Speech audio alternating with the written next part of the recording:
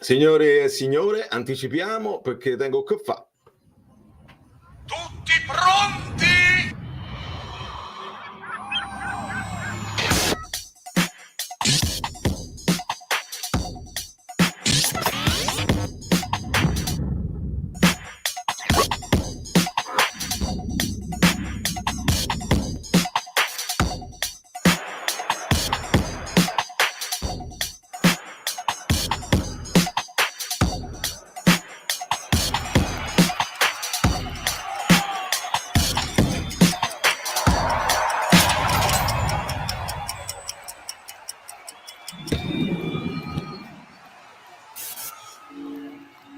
Allora,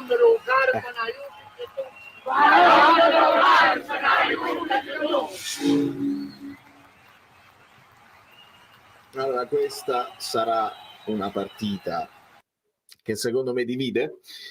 Dico subito una cosa, la reaction non la posso postare subito perché la partita con tutti i ritardi, con tutte le cose, si faceva troppo tardi. Domani mattina esce prima la reaction e poi più in là col tempo facciamo uscire l'analisi tattica che sarà importantissima, perché screenshot, perché capire se a 3 ancora funziona, se ha senso, se poi passando a 4 un poco meglio, e insomma dobbiamo ragionare su molte cose.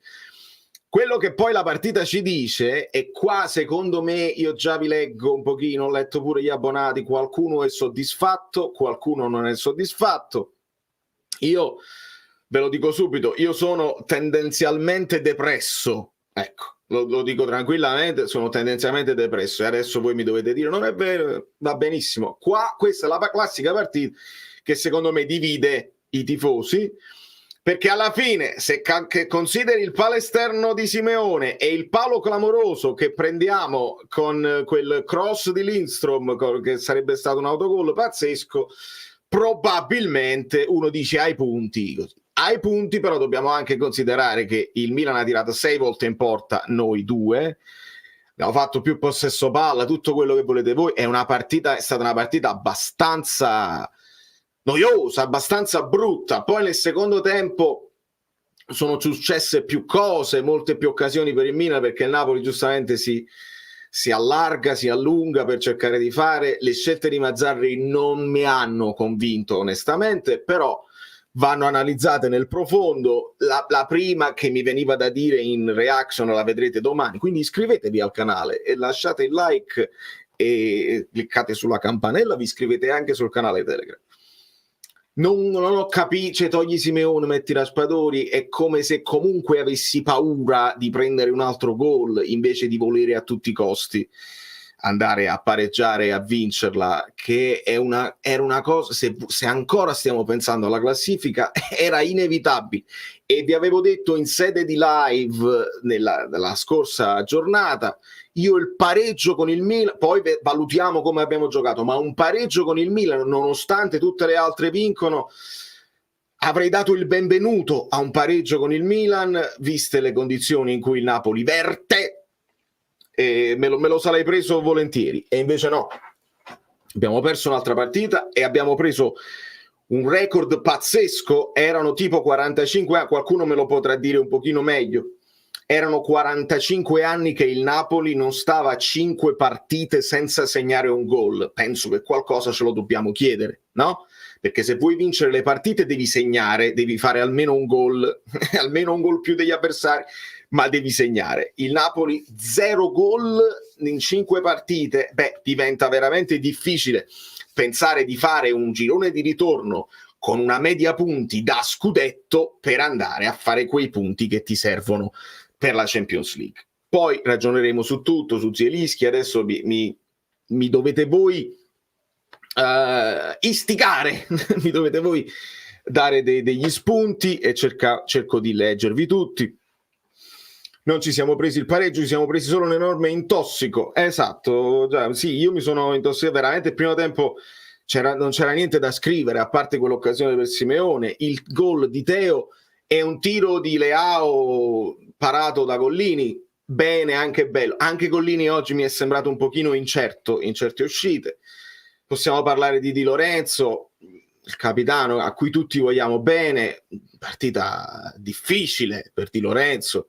Vi dico, ecco, oggi vi dico che invece mi è piaciuto di più Mazzocchi, mi è piaciuto Mazzocchi propositivo, spingeva, si faceva trovare, poi non avrà i piedi di Roberto Baggio, ma non ce li ha nessuno i piedi di Roberto Baggio in questa squadra. Mazzocchi mi è sembrato sul pezzo, onestamente. Poi Anghissà male, Zielinski male, Politano è entrato bene, non lo so. Allora, cerco di leggervi tutti. Vi anticipo che questa live potrebbe essere un pochino più breve perché c'è il Super Bowl e io devo andare a vederlo assolutamente. La formazione fatta con un lancio di dadi, dice Enrico, e vado subito a rispondergli. Ti ringrazio Enrico prima di tutto, sempre, perché tu sei uno di quelli che è sempre presente. Allora, la formazione, sì, tu dici fatta con un lancio di dadi, però in realtà io l'avevo beccata. L'unica cosa che mi ha un pochino sorpreso è l'utilizzo di Zielinski al posto di Cajuste, ma lì vi ho detto, in sede di formazione, vi ho detto dobbiamo capire che cosa vuole fare la società con l'allenatore, perché se la società ci dice noi Zielinski sì, ma noi dobbiamo valutare i nuovi, se li dobbiamo comprare praticamente Traoré, praticamente oddio, in centrocampo chi ha? Dendonk. Devi valutare se vale la pena di spendere 25 milioni per Traoré, e possiamo anche accettarla questa cosa. Zielinski fuori dal progetto, lo mandi fuori dalla Champions, però lo mantieni nella lista della Serie A e poi gioca Zielinski. Traoré non lo vediamo e Traoré ci hanno detto che è recuperato, quindi anche qui c'è una sorta di contraddizione. Vuoi mettere da parte Zielinski e vuoi valutare Traoré? L'allenatore fa una cosa diversa, mette Zielinski in campo, continui a fare una partita difensiva perché 3-5-1-1 difensiva.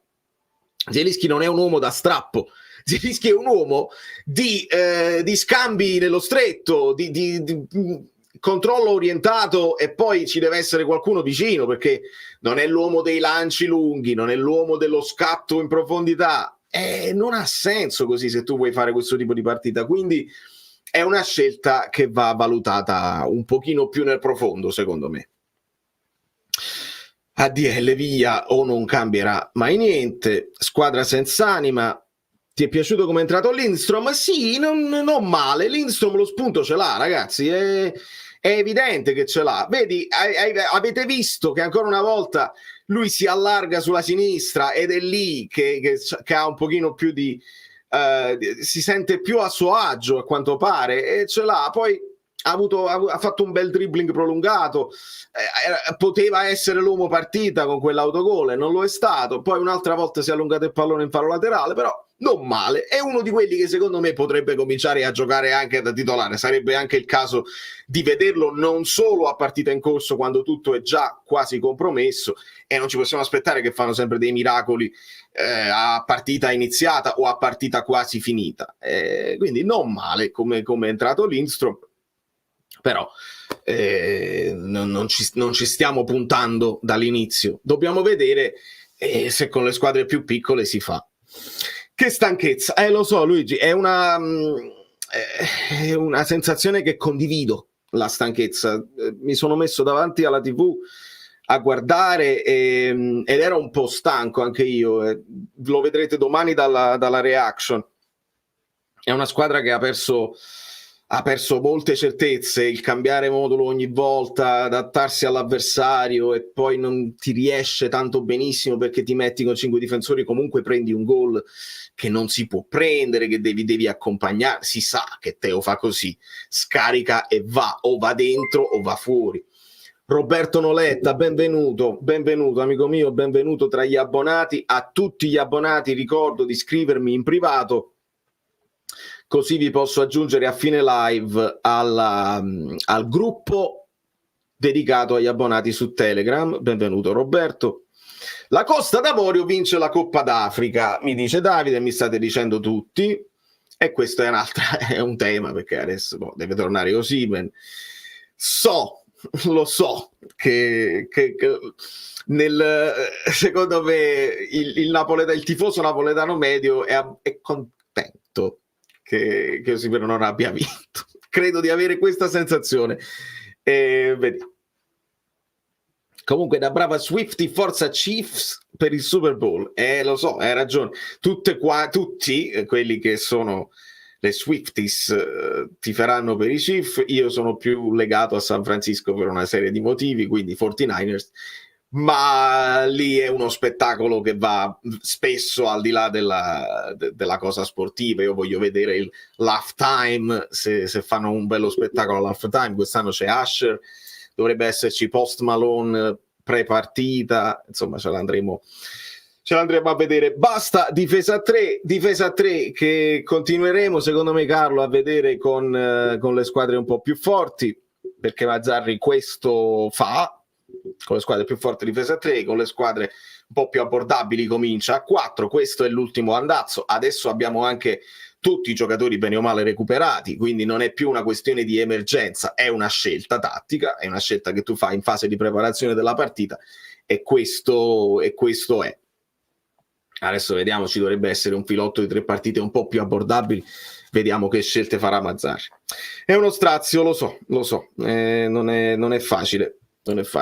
Non ho mai avuto un'impressione che è bravo Virgilio, mi sembrava che in fase d'attacco spesso si passava la responsabilità al compagno, sensazione che condivido, perché quando poi alla fine andiamo a vedere ai punti le occasioni, c'è stato anche quel tiro di Politano che è finito di poco fuori, sì, il Napoli le ha avute delle occasioni per pareggiare, il Milan sprecone ha rischiato di mantenere la partita, cioè ha mantenuto la partita in equilibrio e potevano veramente rischiare il pareggio, però la sensazione che il Napoli non fosse ficcante, molto pericoloso, ci sono state delle azioni estemporanee, però non c'era un attacco corale che coinvolgesse molta gente. Li ho visti tranquilli quelli del Milan a difendere, poi qualcosa l'hanno lasciata, però condivido questa sensazione che non mi dava l'impressione adesso facciamo un paio di gol, non me l'ha data questa sensazione. Vincenzone, ho visto un bel Napoli, sono stanco di perdere. Lo so Vincenzone, è tosta, anche perché siamo abituati a tutto un altro Napoli dall'anno scorso, ci siamo un attimo ridimensionati e fa male, onestamente fa male da campioni d'Italia essere così giù in classifica, così pochi punti, non fare più gol, veramente male. Poi possiamo parlare anche dell'arbitro, se volete. Ci siamo definitivamente tolti il pensiero, bandiera bianca. Valentino, se intendi per la Champions, io vi devo dire che vi avevo avvertito, e non è per rivendicare quello che vi avevo detto, ma vi dicevo solo una cosa: sono pochi i punti, sì, la classifica è corta, sì, ma sono troppe le squadre, ed ecco perché tu puoi fare dei calcoli, se quello perde là, se noi vinciamo, sono troppo, anche se fai questo calcolo, se quello perde e se noi vinciamo, sono talmente tante le squadre che ad un certo punto esistono anche gli scontri diretti, quindi una avanza e l'altra scende, oppure avanzano tutte e due di un punto. Essendo troppe le squadre, questo significa che la rincorsa è faticosa, che tu fai uno sforzo, magari vinci una partita e vincono le altre e non hai fatto praticamente niente. Purtroppo questa è la situazione. DLM Creazioni, benvenuto. Oggi, a differenza di molte altre partite, qualcosa di buono l'ho visto. E parliamone, Christian, dammi, andate nello specifico di quelli che hanno visto qualcosa di positivo, perché io non voglio essere talebano stasera, cioè dire tutto malissimo così, voglio essere aperto a quelli che hanno visto un buon Napoli, che hanno visto delle cose positive. Voglio raccogliere i vostri commenti al riguardo. Vincenzone, che cos'è tutta questa generosità? Quanto sei bello, ti mando un bacione, ti mando un bacio gigante, Vincenzo, grazie mille. Grazie mille. Patrizio dice: Mazzarri via subito. Lo so, ma amico mio, è difficile adesso, chi chiami? Adesso oramai la stagione è così. De Laurentiis è stato chiaro, mi metto a pensare già, non vuole pensare nemmeno l'allenatore dell'anno prossimo, figurati se vuole pensare a un altro allenatore quest'anno. No, è stata una scelta che mette la pietra tombale sulla stagione e dobbiamo accettarla per quella che è. È anche ingeneroso prendersela con Mazzarri, che fa parte di un altro calcio. Garcia era un allenatore non evoluto, senza dubbio, ma Mazzarri cos'è? È l'allenatore prima ancora che si facesse il calcio.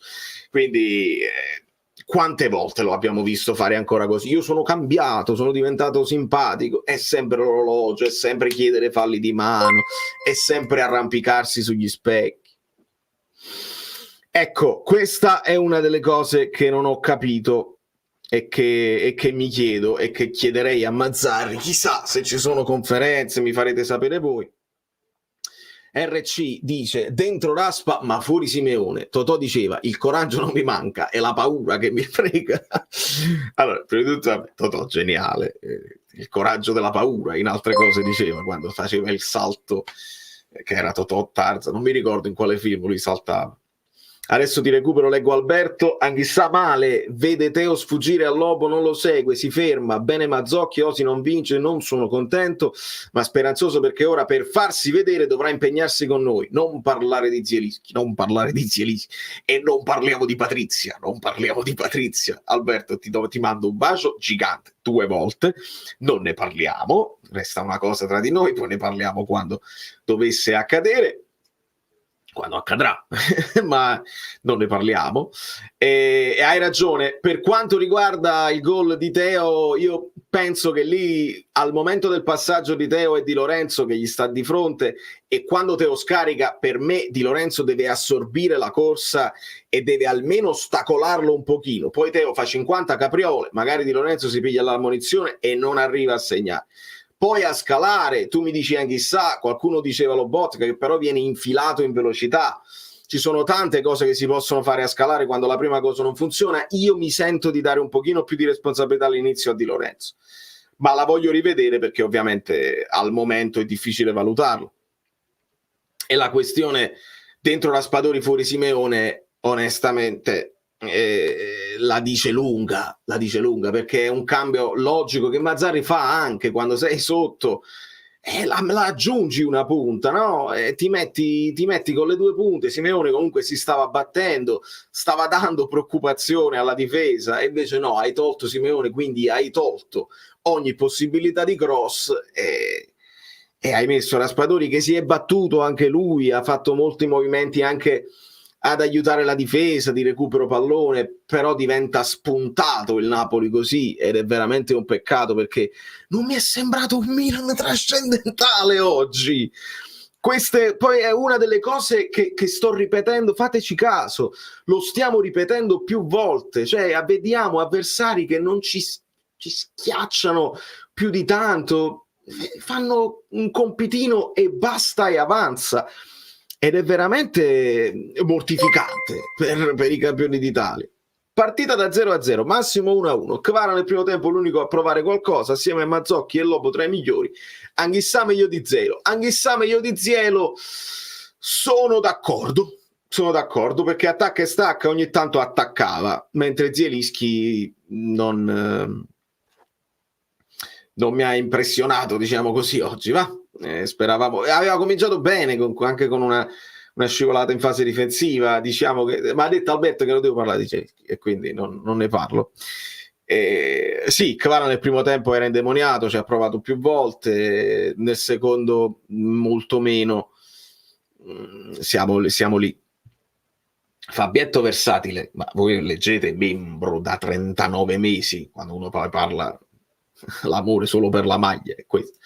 Che agonia, un'azione e un gol, ma come difendono, che polli. Sì, perché alla fine quell'unica azione del primo tempo è stata quella, poi loro hanno creato qualcosina in più, Fabietto, perché c'è il tiro di Leao parato da Gollini, nel secondo tempo il tiro di Florenzi, non ce lo dimentichiamo, deviato, Gollini in mezzo alle gambe, poi deve distendersi Gollini, credo fosse Giroud. Loftus-Cheek, là secondo me era rigore da parte di Rachmani, il tiro di Politano fuori, un tiro di Bennacer fuori, Leao che tira alto, Simeone che tira alto, Politano fuori di poco, Teo che tira centrale, e qua io ho scritto Di Lorenzo, che era un assist proprio di Lorenzo, che da vicino, Teo centrale è un'azione da calcio d'angolo, quello è un XG alto, proprio Di Lorenzo gliela passa su un rimpallone, Kvara centrale, Leao fuori, Anghissà fuori, Lindstrom palo, Di Lorenzo parato.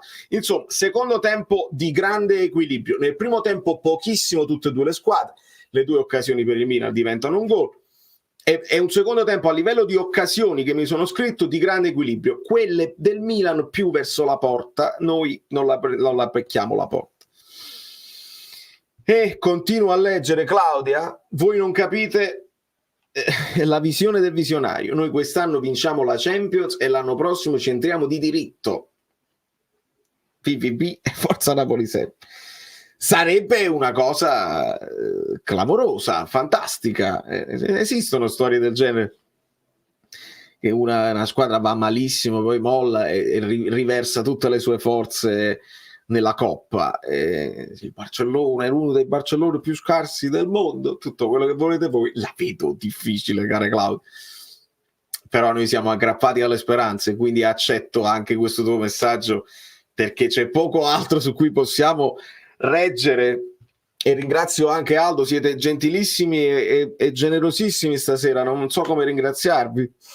Non posso più di vedere la costruzione dal basso, 4 uomini in linea, mi caverei gli occhi, 0 idee, tutto affidato al caso. Buon Super Bowl, grazie mille Aldo. Sì, la costruzione dal basso con i 4 uomini in linea molto bassi, la fa vedere spesso Paolo Del Genio, ed è una di quelle cose che fanno male a chi guarda più partite e vede che poi ti devi mettere in verticale, devi creare lo scarico per il terzo uomo e devi creare dei presupposti. Questa è una costruzione dal basso con la paura addosso e non funziona, perché poi diventa più pericolosa, perché te li porti dentro e ti vengono a prendere più alti, e quindi se recuperano palla così alto gli avversari stanno già in area di rigore, quindi è un errore. Cioè sarebbe più logico, e ve lo dico col pianto nel cuore, fai una palla lunga su Simeone, qualcuno la riprende di testa, però se tu dai le indicazioni di attaccare la seconda palla, un po' come quello che si diceva, il gegenpressing,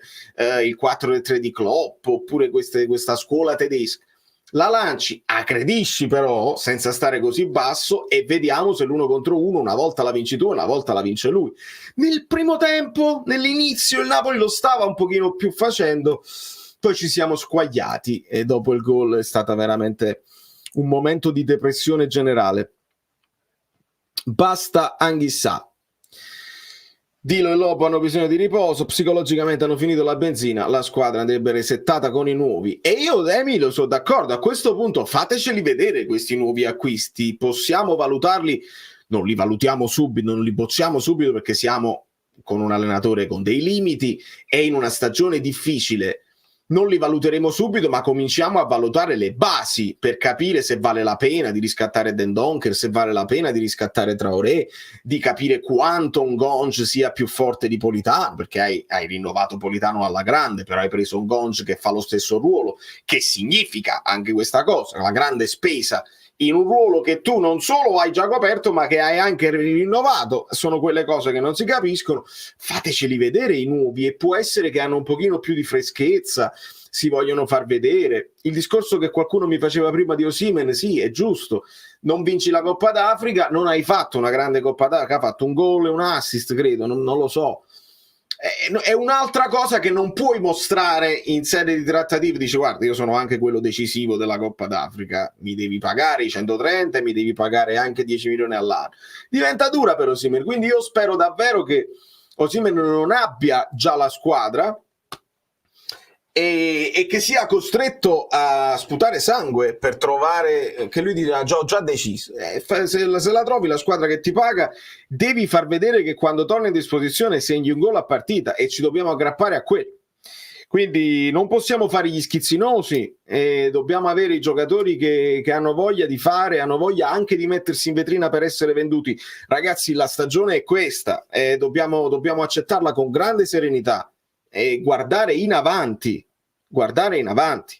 Scusatemi, sono stato un po' lungo, cerco di recuperare più messaggi possibili. Per curiosità ti dico un nome, cosa ne penseresti? Roberto De Zerbi. Caro Carlo, Roberto De Zerbi non lo devi nemmeno più considerare come un allenatore che può venire al Napoli, perché lui ha fatto una scelta, è andato all'estero, è finito in Premier League, si diverte tantissimo in Premier League. Credo di aver capito che nella sua storia di crescita da allenatore, che sta ancora facendo, perché il Brighton magari sono scarsi i giocatori che ha il Brighton, non lo so, io penso che il Brighton andrebbe con le mani in tasca in Champions in Italia, ma al di là del valore dei giocatori del Brighton che non seguo e quindi non vi posso parlare di come gioca il Brighton, però ogni tanto si vedono dei video sulla costruzione di De Zerbi, sulle idee, ed è un allenatore moderno, però ha fatto 43 gol e ne ha subiti 40.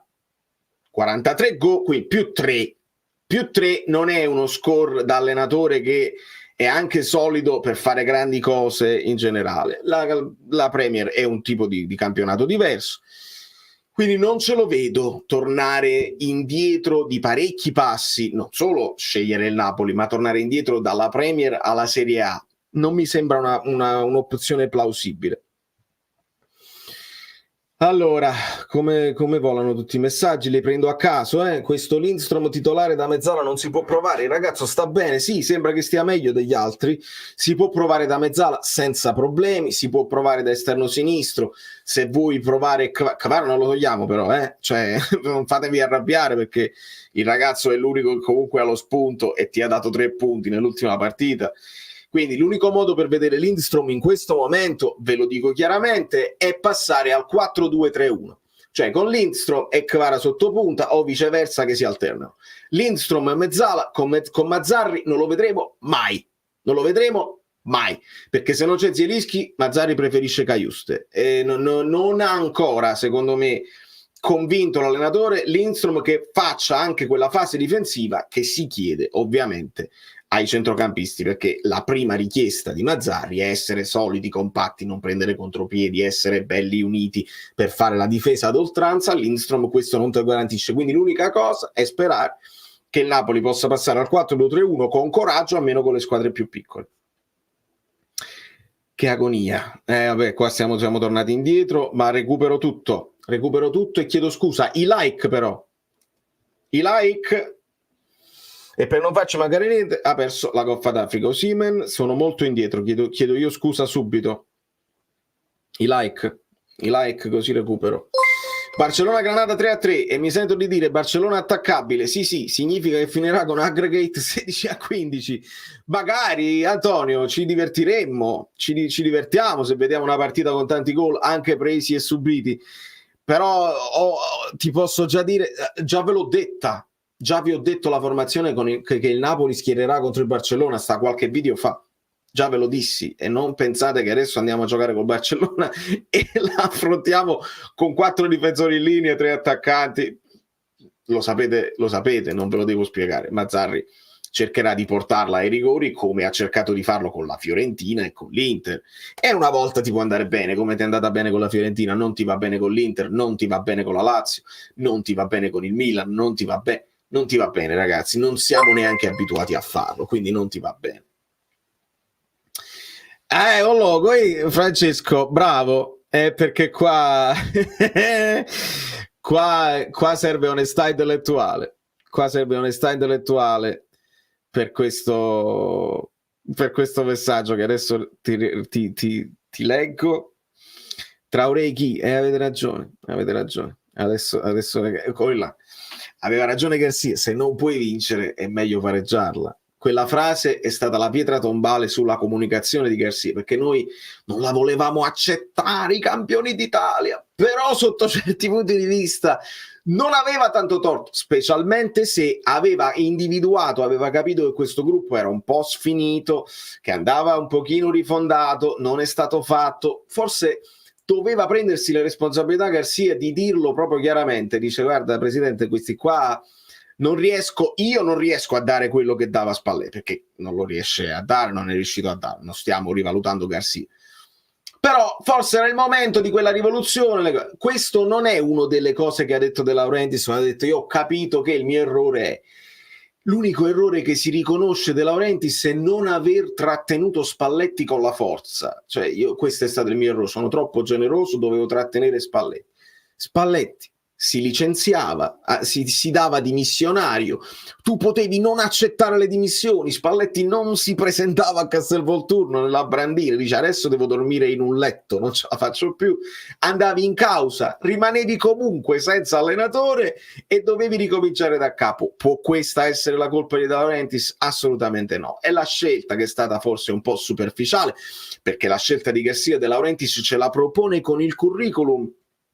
Ha fatto il terzo posto qua, ha fatto la semifinale da quella parte, ha battuto il City in quella partita. Questo è bastato per De Laurentiis, con la promessa del 4-3, nell'individuare Garcia come il perfetto sostituto. Poi ci aggiunge, dice io lo dovevo esonerare a Capodimonte, ma l'idea post Garcia, visto che tutti gli altri ti dicono di no, era sempre Mazzarri, quindi avremmo cominciato la stagione con Mazzarri.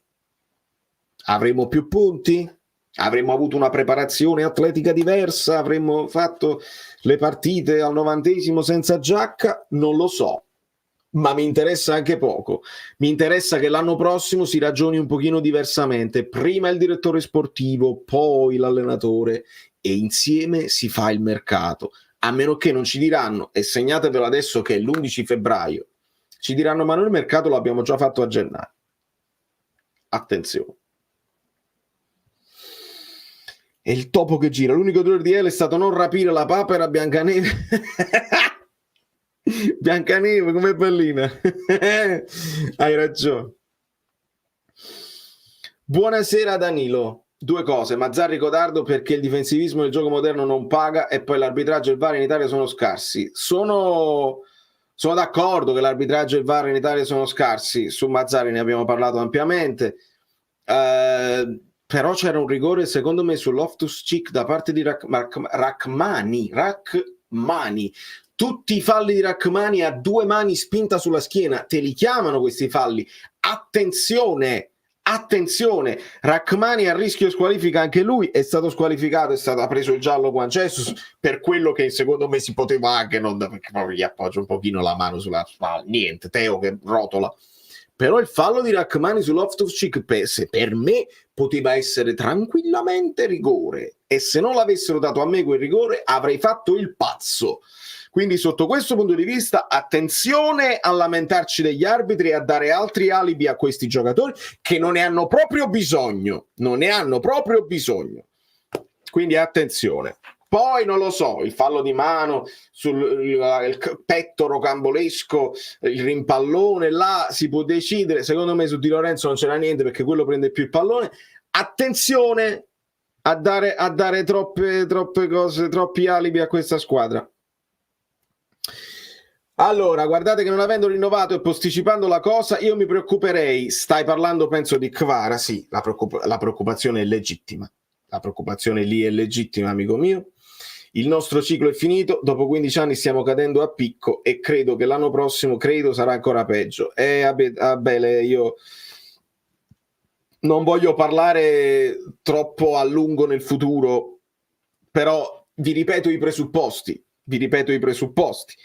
Se De Laurentiis ha mentito, allora io sono tranquillo, nel senso che lui ha mentito, ha detto mi prendo la colpa, però ha scaricato la colpa. Mente però, cioè lui sa dentro di sé di aver fatto certi errori. Se invece lui è convinto di della conferenza che ha fatto, sono preoccupatissimo per il futuro, perché vuol dire che tu non hai capito i tuoi errori.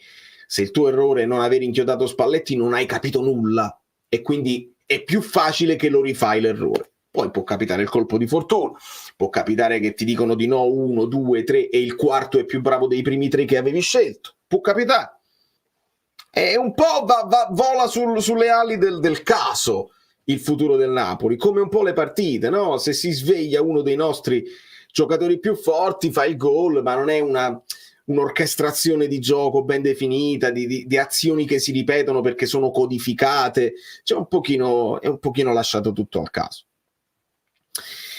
Allora, uno può essere difensivista ma sapere attaccare di rimessa e ci sta, ma il Napoli non lo sa fare. Hai ragione Giuseppe, mi scrivevano mi pare su Twitter, cioè se tu vuoi fare questa partita la puoi anche fare, e mi vengono in mente quelle squadre piccole che si mettono 3 tra difesa a 5 rimpolpano il centrocampo di giocatori, e capita spesso. Andate a vedere le partite che hanno fatto difensive contro il Napoli forte, però le varie squadre piccole, ad un certo punto tu vai a vedere che non sono tutti degli armadi che giocano a spezzarti le gambe, molti sono dei giocatori tecnici e veloci che fanno la partita di sacrificio chiesta dall'allenatore, ma almeno hai una chance appena recuperi il pallone, perché puoi anche aspettare che la squadra faccia un errore, e l'ha fatto l'Inter contro di noi, senza proprio muoverci, aspettiamo, tanto faranno un errore e noi ne approfittiamo. Però quando riparti c'hai tecnica e velocità per ripartire.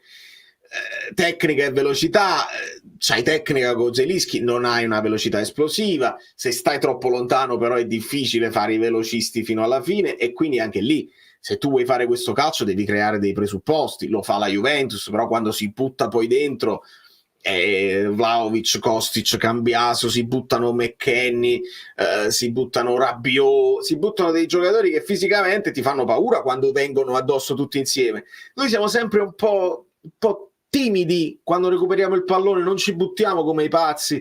L'avete visto con l'Inter, no? Con la Roma, quando poi ti attaccano, vanno tutti dentro, che c'Alanoglu a rimorchio, Barella va dentro, Pavard sta diventando un attaccante aggiunto da braccetto.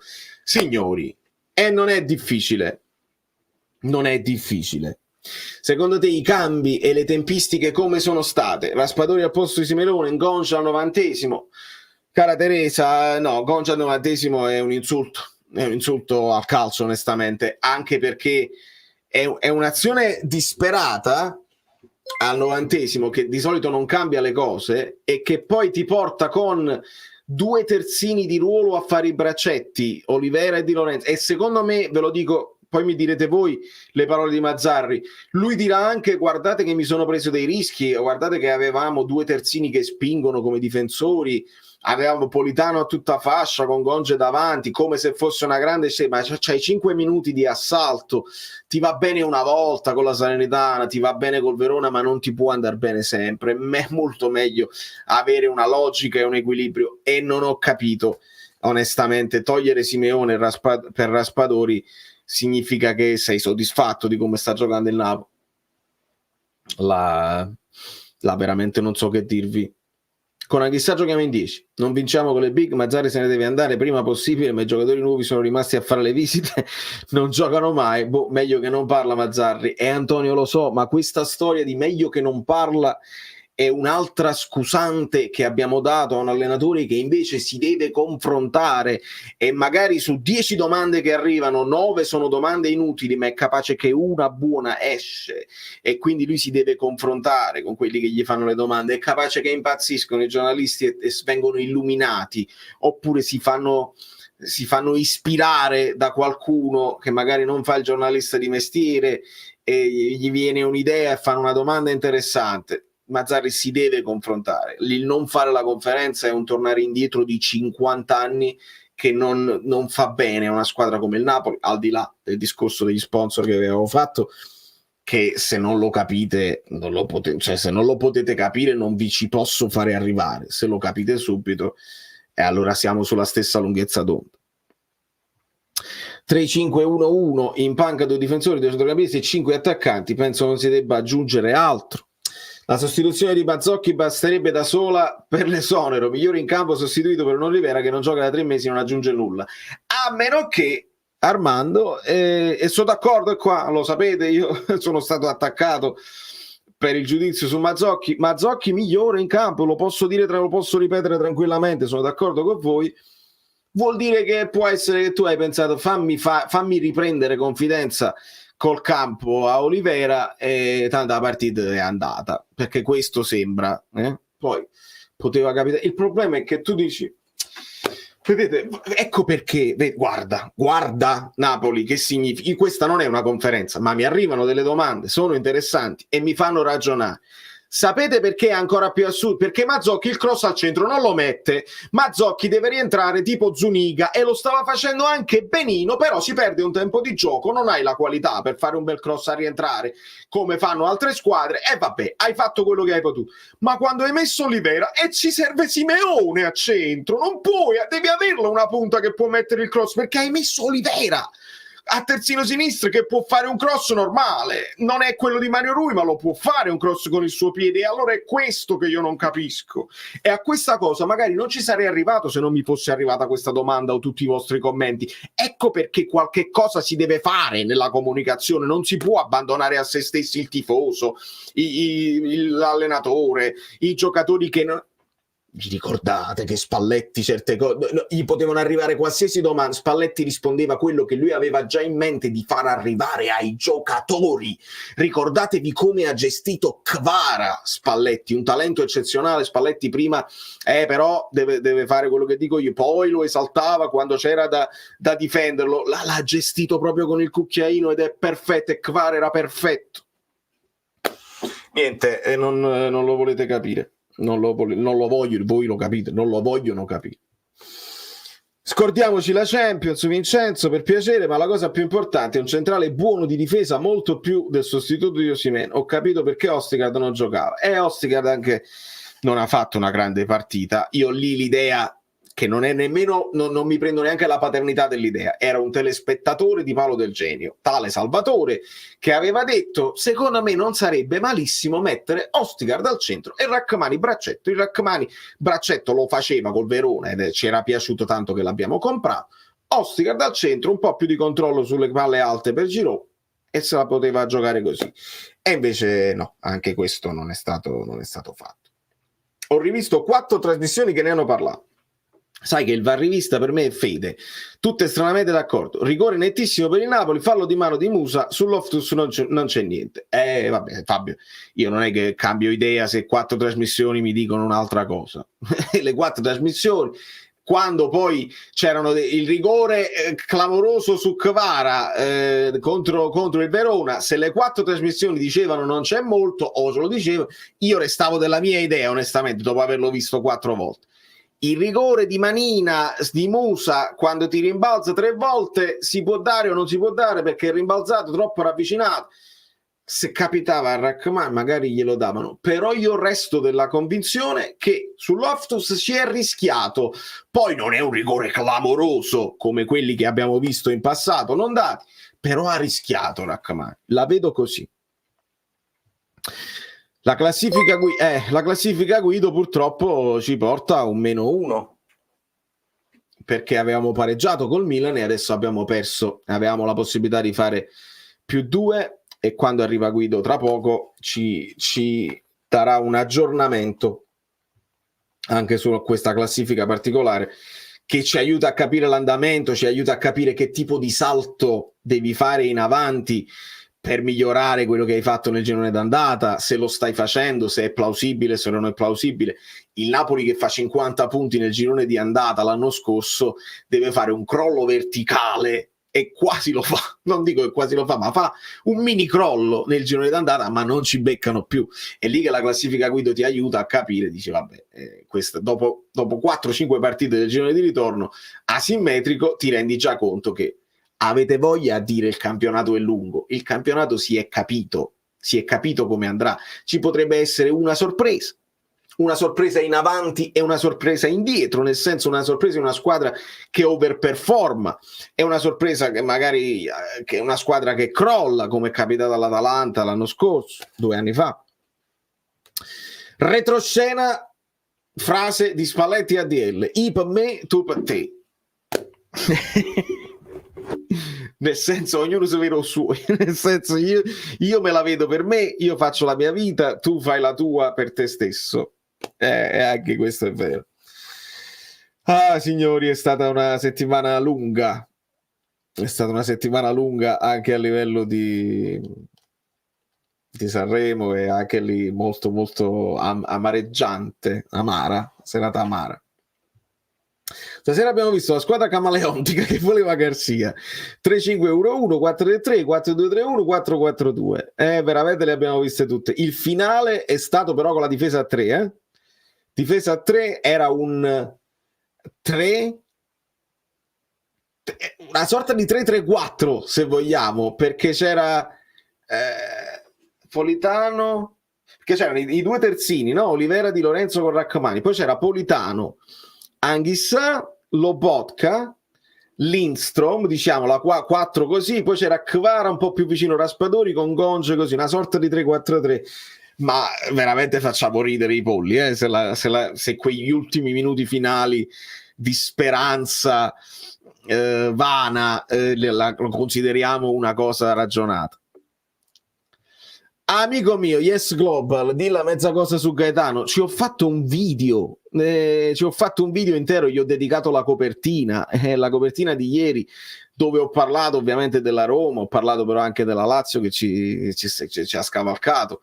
Te l'ho detta qualcosa su Gaetano. Io ho sperato nel momento in cui ho visto la partita di Gaetano che Traoré venga utilizzato e ci dimostri di essere meglio di Gaetano a centrocampo, altrimenti Zielinski l'hai fatto fuori, va bene, ti sei tolto il naturale sostituto che era Elmas, avevi un secondo naturale sostituto che deve giocare lì, la mezzala che fa il trequartista ed è Gaetano, che è tuo, che è vivaio, che ha dei colpi, poi va dimensionato, nel senso che magari Gaetano nel Cagliari può fare la differenza e nel Napoli no, va bene tutto, ma i colpi ce li ha, e se ce li hai sempre, devi essere solo messo in condizione di esprimerti.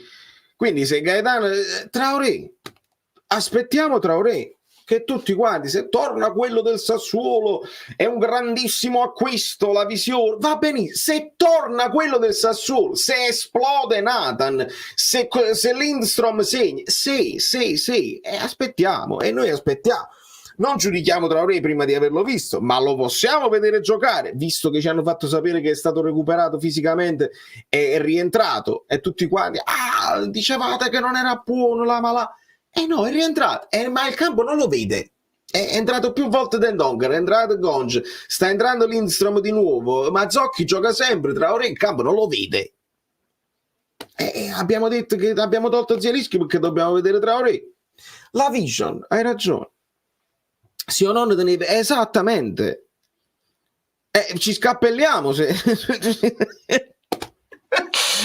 ci scappelliamo proprio. Fossi Mazzarri richiamerei Dem e non si può fare. Oddio, non lo so se le liste le puoi cambiare, penso di no, perché sennò tu consegni le liste poi cambio.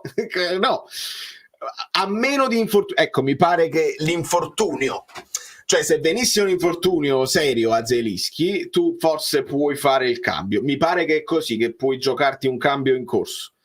Richiamerei Dem e mettere Zielinski fuori rosa, che oggi ha dimostrato di non avere voglia di stare solo aspettando fine stagione. Almeno metti dentro uno che si è sempre impegnato. Peppe, io sono d'accordo con te, perché mentre, capito, avevo detto agli amici volesse la maglia Simeone, perché Simeone rappresenta quella garra, quanto voglio bene a Simeone, trattato anche male da due allenatori, che non veniva messo anche in assenza di Osimhen, a maglia Simeone.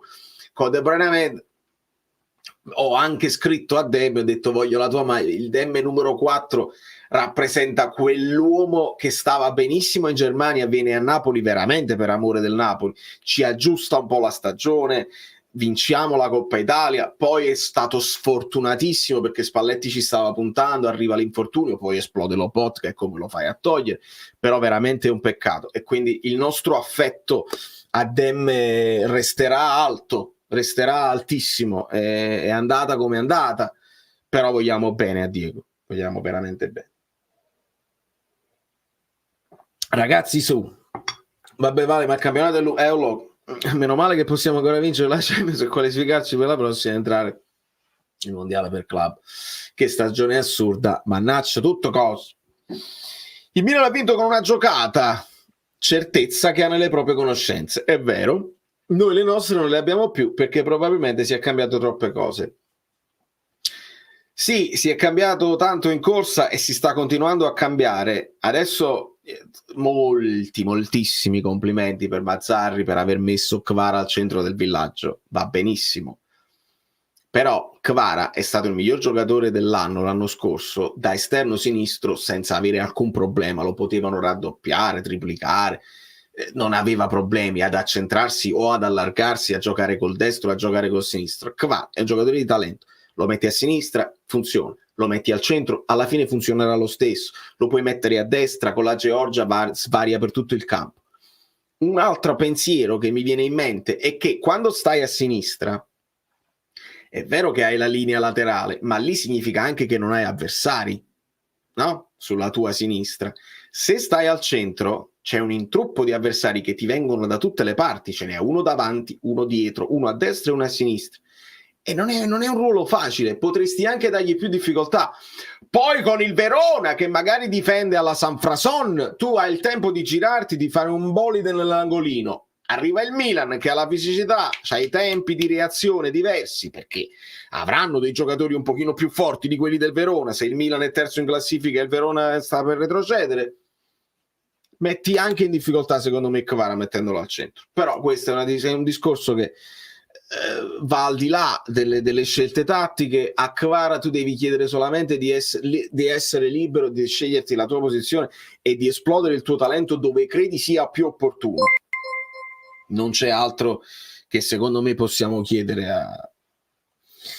Le parole di Mazzarri, vediamo, io cerco di non essere negativo, Peppe, quelli che mi seguono bene lo sanno, io quando poi Mazzarri mi sorprende in positivo, io dirò mi ha sorpreso in positivo, e potete fare il paragone con Garcia, perché Garcia quando è arrivato non mi piaceva, mi era piaciuto in certe dichiarazioni lette tra le righe all'inizio, poi non mi è piaciuta la sua comunicazione, è andato allo scontro e ci sono state molte cose che ho sottolineato veramente a tratti, anch'issa.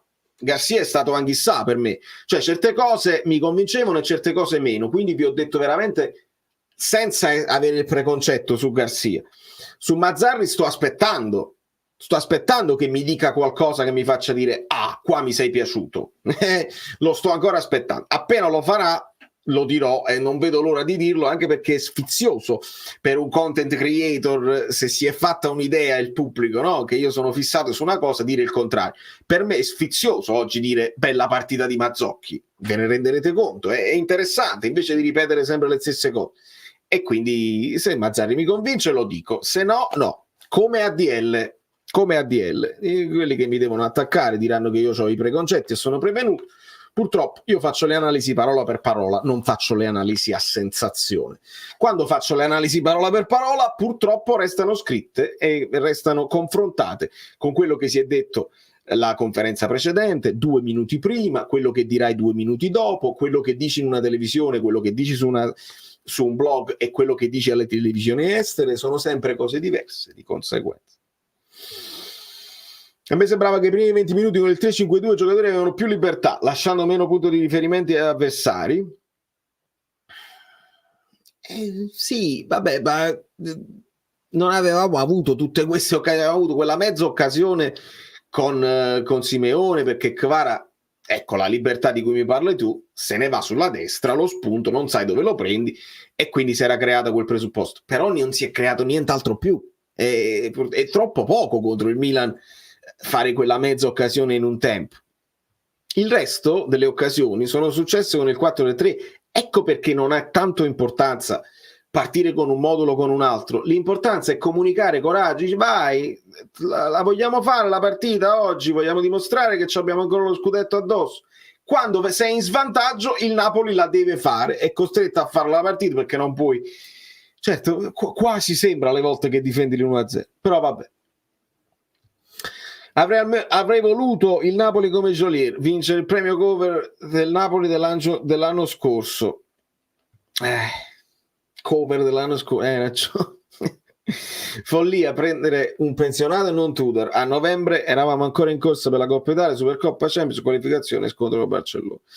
Sì, Vincenzo, ma io non credo sia stata una scelta. Io credo che Tudor ti abbia detto di no. Sei andato con i presupposti sbagliati anche da Tudor e non credo sia stata una scelta. Mazzarri è stata la scelta ultima perché non c'era più nessuno, altrimenti dovevi chiamare un Ballardini, dovevi chiamare questi qua. C'era ancora Nicola libero all'epoca e De Laurentiis ha scelto Mazzarri perché aveva evidentemente il rapporto, e Mazzarri è venuto senza pretese. Qualsiasi altro allenatore qualche pretesa, qualche garanzia te la chiede, perché non vengono a fare i 6-7 mesi così per te. Mazzarri invece l'ha fatto e glielo riconosciamo con tutti i suoi limiti. È amorevole, bravo, così ha detto la cura Nicola, perché poi ci sono cure e cure. E Nicola onestamente è uno di quegli allenatori che mi darebbe sfizio vederlo a inizio stagione con una squadra che però gli fai anche un mercato, capito, con la serenità, insomma una squadretta un pochino più interessante, e vedere cosa può dare. Altrimenti sono sempre i giocatori quegli allenatori che chiami per fare l'impresa disperata, ogni tanto gli riesce, ogni tanto no, è così. Dopo le dichiarazioni di Dera, la squadra, lo sbando, non so chi potrebbe venire ad allenare a giocare. Hai ragione, Orange. Come fai? C'è qualcuno che arriverà, perché Napoli non finisce dopo le dichiarazioni. Ragazzi, le dichiarazioni di De Laurentiis a noi adesso ci sembrano definitive e belle e chiare, perché sono state chiarissime. Ma tra le righe, De Laurentiis negli ambienti era già visto così, come adesso l'abbiamo visto noi dopo 2 ore. Per me non è stata nessuna sorpresa, anzi è stato super chiaro nei suoi atteggiamenti di io sono la società, io gli chiedo i consigli ma faccio il cazzo che mi pare. Per noi è abbastanza, lo sapevamo già, adesso è più chiaro a tutti, ma negli ambienti si sapeva già, ecco perché si restringe il cerchio degli allenatori che puoi permetterti di telefonare. Poi vuoi fare tutto da solo, magari se ti allontani, se torni un pochino a Los Angeles, se fai fare questi contatti, li fai fare a un tuo collaboratore, forse qualche chance ce l'hai, perché qualcuno che venire a Napoli un'occasione, una chance se la gioca. Fermati, hai ragione. Che io vado come un treno, la trasmissione è piacevole e la gente si dimentica i like. In conferenza non si possono dire più. Hai ragione, il campionato è lungo, lunghissimo, Guido, è veramente veramente lungo. Allora andiamo a vedere i vocali degli abbonati. Dove sta? Gli orizzonti, i vocali, ce ne sono tanti. Amici bellini, buonasera. Beh, che dire, a parte il dovermi ripetere, Mazzarri out, magari voi mi direte che non è stata neanche una partita così brutta nel secondo tempo, la possibilità di recuperare la partita sull'1-1 ci sono state, ma non essendo il primo tempo orrendo, osceno, la vera occasione l'abbiamo avuta all'85esimo, solo dei numeri. E quante partite abbiamo fatto fuori casa? 1, 2, 3, 4, 5, 6 partite, solo 3 punti, 2 gol fatti su 6 partite a Bergamo. Poi abbiamo 1, 2, 3, 4, 5 partite di fila senza segnare un gol fuori casa. Mazzare out. È quella la cosa, adesso ascolto anche gli altri, è quella la cosa che è un record pazzesco, 45 anni. Così hanno detto a Paramount Plus, credo che siano stati precisi, che Napoli in trasferta non faceva questo tipo di record, di siccità, di record negativo. Vincenzo, non mi ero perso questo tuo messaggio, avevi ragione a dire che la Champions l'anno prossimo la vediamo col binocolo, il senso è quello, votta a fornì chi stu campionato. È così, Vincenzone, purtroppo diventa sempre più difficile. Datemi un aggiornamento sui like, per favore. Maggio-dicembre del 79, e allora ci troviamo. Mamma mia.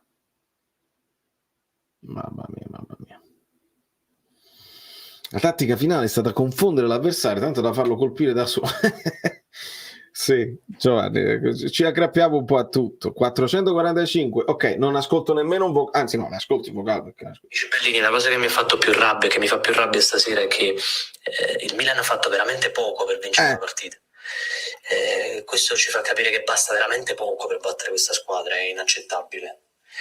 Qualcuno mi spieghi perché ha tolto Simeone? Non c'era presenza in attacco, perché ha tolto Mazzocchi, perché mette Ngonge all'87esimo, cioè io non ho parole. Giuseppe, questo era, sono d'accordissimo con te, perché quella la sensazione più amara. Tu dici vabbè, ci hanno schiacciato, sono fortissimi. Non mi ha dato questa sensazione, e non è la prima volta che l'avversario non mi dà una sensazione di essere in grande spumeggianza, in grande forma spumeggiante.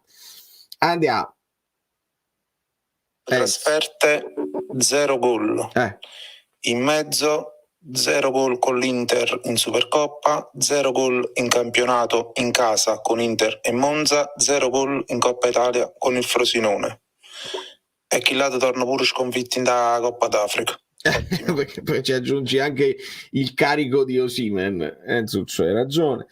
Christian, secondo te ci sono possibilità di un esonero di Mazzarri? Non credo, a meno che non perda Sassuolo e quelle altre 2 partite piccoline, le perde tutte e 3 e viene esonerato a furor di popolo. Non lo so se Cannavaro alla fine è andato al Bari, non lo so. Ci metti Frustalù, cioè rendetemi conto in quale situazione ci siamo infilati. È veramente avvilente. I like non sono saliti, Giacomino, sì, che poi tu sei anche abbonato, quindi sì. Ciao Valerio, ciao ragazzi. Io penso che sia stato un buon Napoli sia col 3-5-2 che con 4-3-3. Meglio col 4-3-3, solo che cambi non avrei tolto Mazzocchi ma avrei tolto Di Lorenzo.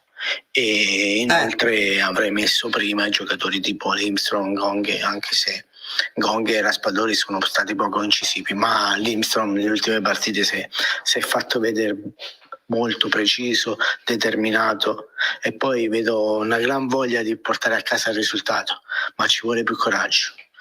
Poi fatemi dire una cosa, fuori Rachmani, non lo posso più vedere. Non hai torto, oggi è stato... Sono deluso Aspetta Vincenzone, adesso ti recupero. Sì, cioè giusto Davide quello che dici, se mi devi togliere a uno per mettere Olivera, per far mettere Minuti, metti a Mazzocchi dall'altra parte che stava giocando benino e Di Lorenzo no, cioè anche questa cosa tranquillamente si può dire, sono d'accordissimo con voi. E poi Rachmani è un caso perché non si può nemmeno più fare a meno che non rispolveri Nathan. Ragazzi, Nathan è recuperato e dobbiamo capire ora che succede, perché Juan Jesus è squalificato, vediamo Nathan Rachmani, vediamo Nathan Ostigard, domanda legittima, perché Nathan Ostigard anche sotto Garcia non stavano andando malissimo come coppia di centrali un po' più fresca. Rachmani probabilmente anche lui è alla frutta. Marco, al Milan è bastato pareggiare per batterci, è bellissima sta frase. Ti chiedo un favore tra di noi, così. Puoi far vedere quel rallenti che dà, perché poi i cartellini gialli, perché poi non ci saranno molte azioni, forse sì, però per gli extended highlights il fallo di Juan Jesus che poi porta alla munizione e alla squalifica, quindi è importante. Fallo vedere quel replay dove si vede la mano qua e Teo che in rallenti falla vedere a tutto il mondo, tu hai le possibilità di fare.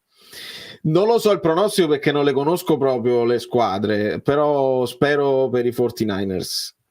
L'avete lasciati like? Ascolto altri messaggi. Non li mettete i gialli, peccato. Però è un giallo importante perché è una squadra... Vabbè, fa niente.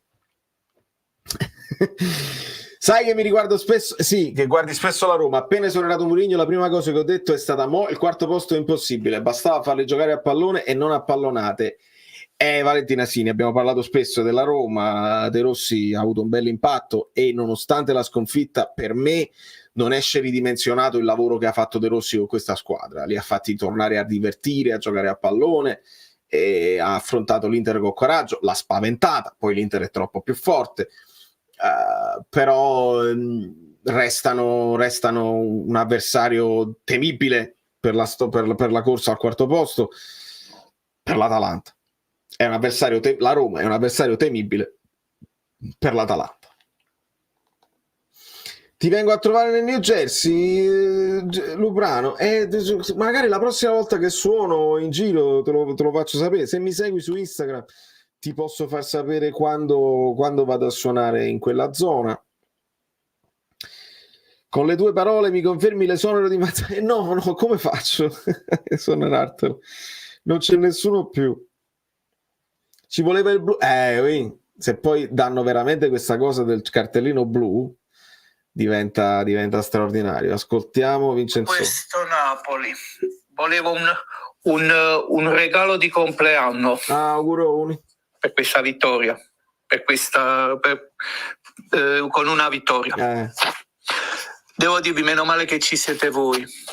Io il 27 comunque vado a trovare la nostra amica Bellina a Bologna, all'ostello di Claudia Di Fusco. nel caso vedo se posso andare al Mapei Stadium per Sassuolo-Napoli. Auguri a Vincenzo. Allora, tutta la chat, fermate quello che state facendo, fermate i like, fermate le domande sul calcio. Prima mi fate una carrellata di auguri al nostro Vincenzone, gli auguri di compleanno. Purtroppo è un po' intossicato dal risultato. Carrellata di auguri a Terremoto per Vincenzo, che ci tengo moltissimo. Rachmani come centrale non mi sembra gol, e invece stava giocando benino Rachmani centrale, un po' più coperto, un po' più protetto. Oggi male, oggi assolutamente male. Ecco qua, vai, sono partiti tutti quanti, bravissimi, bravissimi. Deve sentire il nostro calore, perché questo ci è rimasto, siamo tra di noi. Vai, mi fa piacere, capito? Stai ancora aspettando il filotto, giustamente. Ma arriva il filotto, il filetto. Sì, è normale. Però vedi, tutti questi auguri sicuramente gli faranno piacere. Questa è la forza della community. Iachini è andato al Bari. Hai ragione, mi ero scordato. Bravo Fabio, il mio addetto stampa. Iachini è andato al Bari, quindi c'è Cannavale. Pure fa Cannavale. Guarda qua quanti auguri, che bellezza. L'atteggiamento è quello che conta, il nostro è prima andare a prendere un gol e poi è proprio così. Guarda quanti, non riesco nemmeno a prenderli tutti, che bellezza. Anche nomi nuovi che magari di solito stanno più in ascolto vanno con il buon compleanno a Vincenzone, e sono troppo contento. In questa giornata mi aspettavo una situazione del genere, viste le partite in programma. Io voglio vedere il 28 febbraio, dopo i recuperi, quale sarà la classifica. Opinione tua e di Guido, adesso la sentirete l'opinione di Guido. Tu ti aspettavi una situazione del genere visto le partite in programma? È chiaro, Mirko, perché tu dici contro il Milan puoi perdere, le altre squadre affrontavano squadre più piccole e quindi allungano su di te, è logico, era una cosa logica. Ecco perché io vi dissi il pareggio col Milan me lo prendo, onestamente. Poi valutiamo come abbiamo giocato, ma se arriva il pareggio non mi metto a frignare come avevo frignato per il pareggio con la Lazio, perché con la Lazio bisognava vincere a tutti i costi, il pareggio non mi bastava. Col Milan me lo sarei fatto bastare. E purtroppo questa è la situazione. Vediamo dopo i recuperi tutto quello che vuoi tu, però siamo al lumicino proprio della speranza. Veramente siamo al lumicino. Allora, col senno di poi Nuven Perez, ma non lo so se ti cambiava niente Nuven Perez, onestamente Federico, però anche lì ho 18 milioni all inclusive, c'è traffico, me ne devo andare, poi le commissioni, mi hai rotto i coglioni. Ma come si fa a fare il mercato così? Come si fa?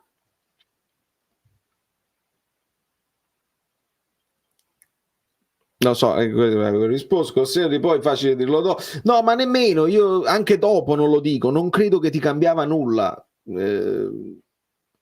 Noi accanto a Rachmani ci sta, vabbè, voi vedete che il problema di oggi è stato Ostergaard, secondo voi? Non lo so. No, vabbè. Come allenatore per la prossima ti piacerebbe Pioli? Oggi vedendo il Milan chiuso già al 60esimo non ho avuto buone impressioni.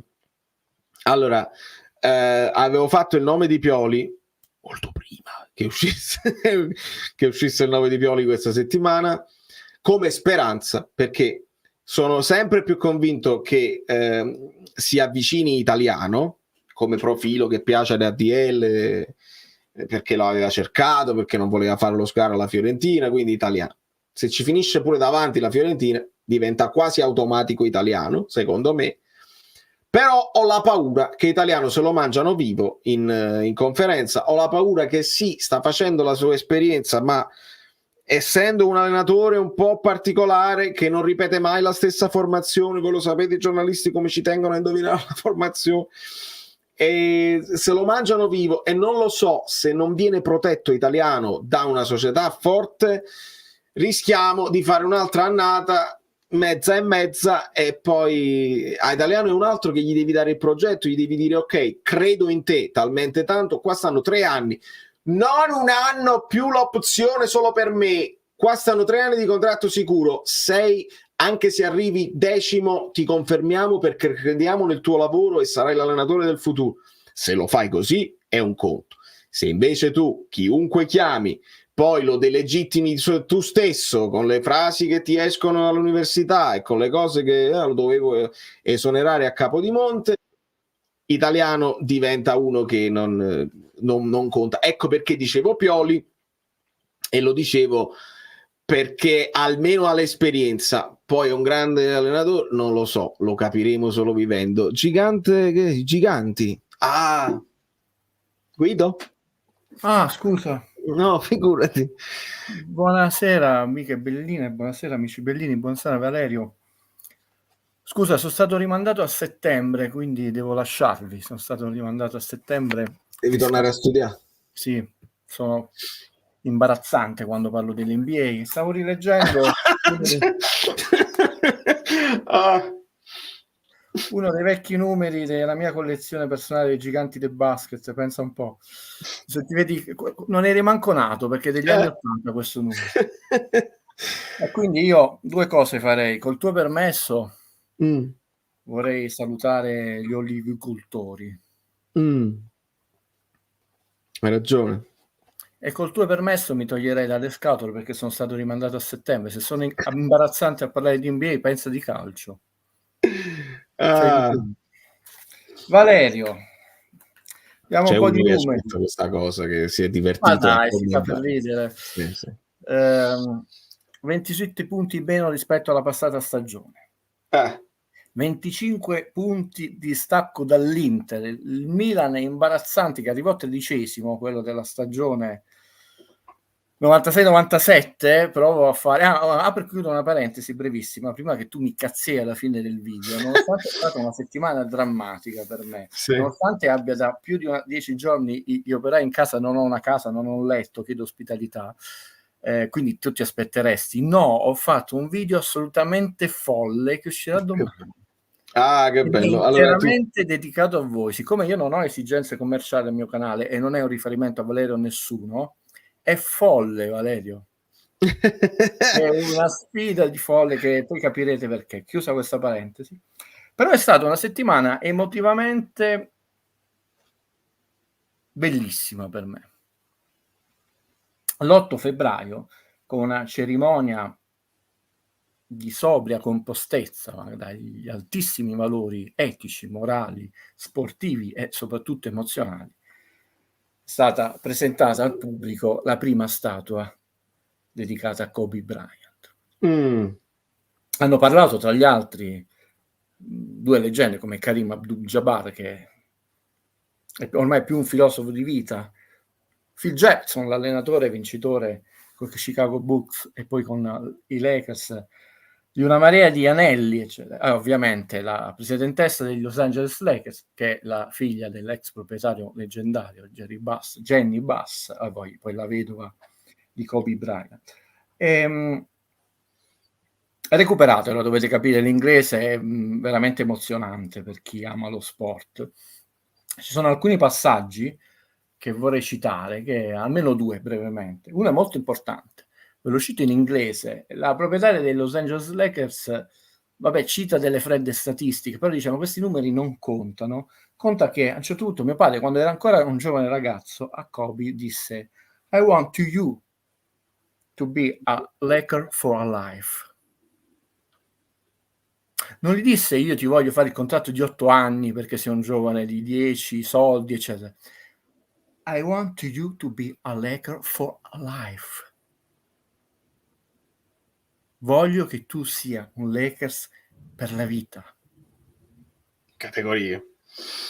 Ci sono dei valori che vanno al di là del tempo e dello spazio, come è stato Kobe Bryant, e dei soldi, che chiaramente ha guadagnato cifre enormi. Non avrebbe guadagnato, secondo me, le stesse cifre in squadre ugualmente forti e ricche nell'NBA. Però lo sport, soprattutto poi quando succedono eventi drammatici, Maradona è morto in modo molto triste, Kobe Bryant è morto in maniera molto tragica, tra l'altro portando con sé anche la promettente promessa del basket femminile al giovane figliola, cioè, incidente di elicottero, per chi non lo ricordasse. Però un episodio come questo, no?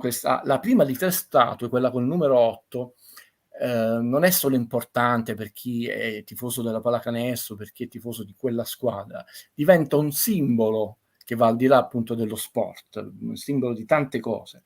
Tra l'altro il messaggio che ha voluto la vedova è molto bello, e questo è il punto. Per questa statua è stata coinvolta in prima persona la vedova di Kobe Bryant, e quindi lo sport ritorna a essere fortemente non solo un simbolo di emancipazione, di speranza, di tutto quello che di buono ci può essere, e anche di turismo. Immagina quante persone andranno fuori da Krypton Lane a farsi la foto. C'è chi ha utilizzato addirittura promesse di matrimonio sotto la statua di Kobe Bryant, ma diventa di nuovo un aggregatore e non divisivo.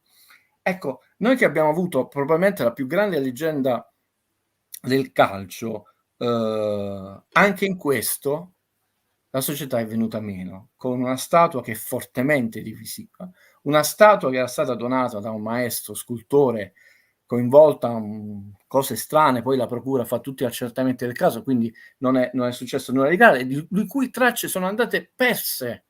La seconda statua, che senso ha una statua che è rivolta solo ai giocatori che entrano e escono dallo spogliatoio? Ecco, visto che il presidente, cito questo episodio dell'NBA non perché sia fissato, e mi scuso con il signore che dice che sono agghiacciante, però io la seguo da oltre 40 anni e grazie tra l'altro all'NBA ho incominciato a capire meglio l'importanza di numeri che ancora non erano segnalati nel calcio, perché non c'era neanche il possesso palla. Incominciò il possesso palla e i tiri con Italia 90 e io incominciavo con i quadernetti a segnarmi. Va a riflettere, visto che viene nominata dallo stesso presidente, incominciamo intanto non a copiarlo, incominciamo a ispirarci agli elementi più, non solo più nobili e spettacolari, ma anche più aggreganti di una lega che di franchigie. Era doverosa questa precisazione, perché è avvenuto tra l'altro poi simbolicamente l'8 febbraio, come non poteva essere, perché è vero che tutto è spettacolo, ma tutto deve avere anche un senso familiare, non avrebbe avuto senso farle il 7 febbraio o l'11 febbraio. Chiusa questa parentesi, voi volete parlare della partita di oggi? Rosanna, leggi questa domanda, perché immagino voi volete, per me questo campionato non ha nessuno lo so, però mi stanno pure chiedendo, ma se poi esonero, ma cioè, se perde altre 2 partite esonera pure, vabbè, poi ci arriviamo.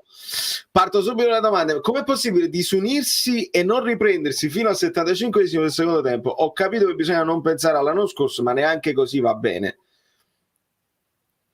Allora, no, intanto c'è una gentile signora, tutte le persone che siano un fanciullo ci seguono, Valerio me l'ha fatto notare. E apro e chiudo una parentesi: se io l'altra volta sono stato eccessivamente semplicistico, mi scuso con l'NBA, ricordate 3 cose. A, questo è il canale di Valerio, non di Guido, e non lo sarà mai di Guido. B, questo è un canale che parla di calcio, e già è un lusso di avere un imbecille come me che spazia proprio culturalmente come orizzonti. C è un canale che fondamentalmente dovrebbe parlare del Napoli. Non mi posso mettere a parlare di tutto quello che è stato l'arco, non solo proprio l'arco dei 3 punti che è cambiato come distanza, più lungo, più dietro, ma di come è cambiata diciamo, l'NBA, soprattutto negli ultimi 15 anni. Chiusa questa parentesi. Io ho detto che a un certo punto secondo me il Napoli era nato male, perché era nato da un equivoco tattico e anche industriale, economico, societario, eccetera, e poi con Mazzarri si è andato in un pastrocchio. Ho detto: non vorrei che da un equivoco tattico andiamo in suicidio tattico. Questa è una domanda, sembra poi venire in casa a me.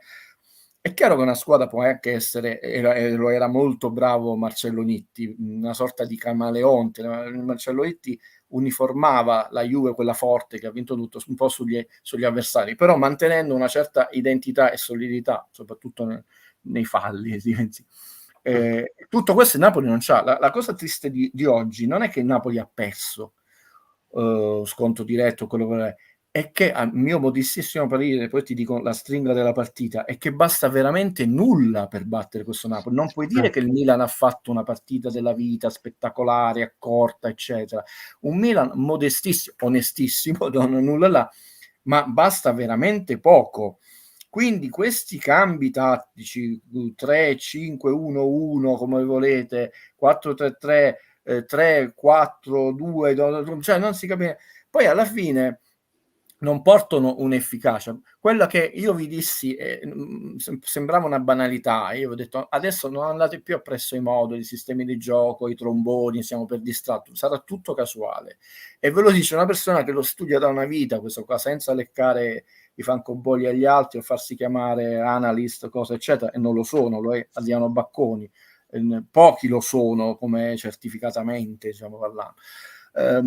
Quindi, per esempio, oggi abbiamo visto di nuovo un Lindstrom entrare brillantemente in partita, per quanto non sempre capiamo in che mattonella, in che zona del campo può essere più incisivo. I nervi, il Napoli ha iniziato 20 minuti dopo il gol, si è non disunito, proprio si è ammosciato. Il gol di una semplicità banalissima, un dentro fuori con due giocatori. Credo che è preparato, se riesco a mandartelo di altro computer lo screenshot, poi lo farei benissimo domani, con Di Lorenzo, Lobotka e Rachmani, tutti e tre altissimi, che hanno lasciato una voragine, perché con questo sistema di gioco noi stiamo perdendo Di Lorenzo. Forse la squadra è più coperta nel primo tempo, stiamo prendendo meno gol, ma è diventato un giocatore inutile sia in difesa che in attacco. Non è un giocatore inutile, sennò poi entrano quelli sciacalli. È italiano, non è che non si impegna, è diventato, cioè per la posizione in cui viene schierato, probabilmente per tante situazioni che poi qualcuno ci dovrà spiegare.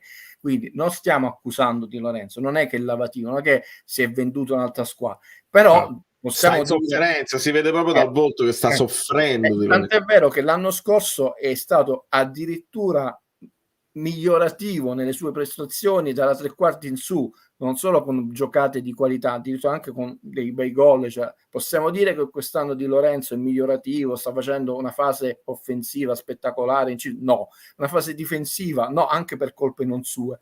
E però concedersi il lusso di regalare un Di Lorenzo agli avversari in una situazione dove devi recuperare punti è un suicidio. Tu immagino vuoi sapere la classifica, Guido, è drammatica, Valerio. Sì, la volevo sapere. L'Atalanta che ha perso con l'Inter, quindi anche perdendo con l'Inter rimane più 8. Più 8 è tantissimo, cioè significa che tu puoi perdere 2 partite ancora sei più 2, meno 1 la Fiorentina, più 2 il Bologna, più 2 l'Inter, vabbè, che insomma è a 25 punti da Napoli, però va a dire, sta meno 2 la Lazio, più 3 il Milan, 0 il Napoli, più 5 la Roma e 0 la Juve. Quindi tranne la Fiorentina, cioè il Napoli sta potenzialmente parlando riconfermando i suoi 28 punti.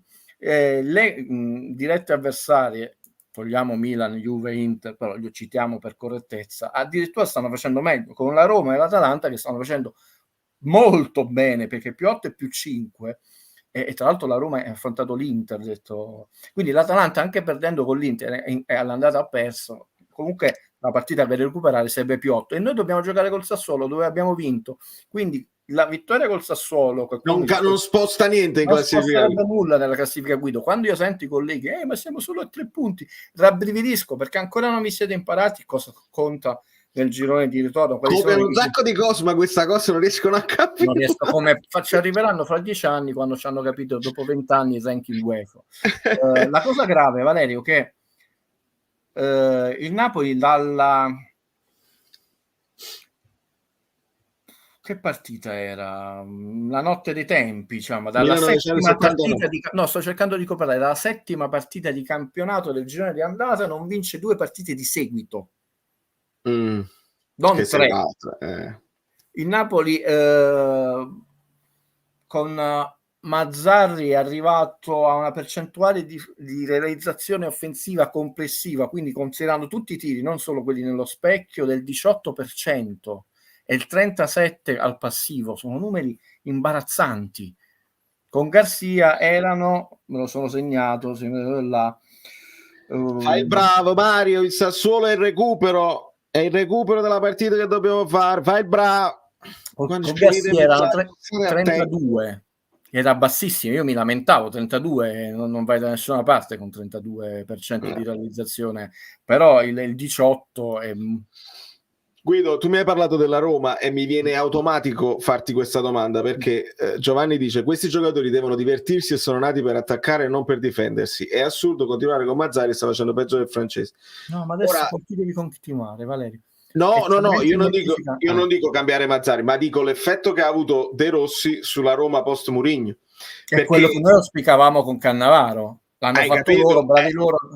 Perché hai dato uno che conosce l'ambiente, al di là del conoscere l'ambiente, ha capito che doveva far divertire la squadra invece di cercare quella cosa che ti può dare solo Mourinho, perché Mourinho è riuscito ad arrivare a certi risultati con quel tipo di atteggiamento, non atteggiamento, insomma, così. Ma adesso la Roma ha impattato con l'Inter, però non mi ha dato l'impressione di essersi ridimensionata da quella sconfitta. No, non si è disunita, non è uscita mortificata, e Cannavaro è più bravo di De Rossi.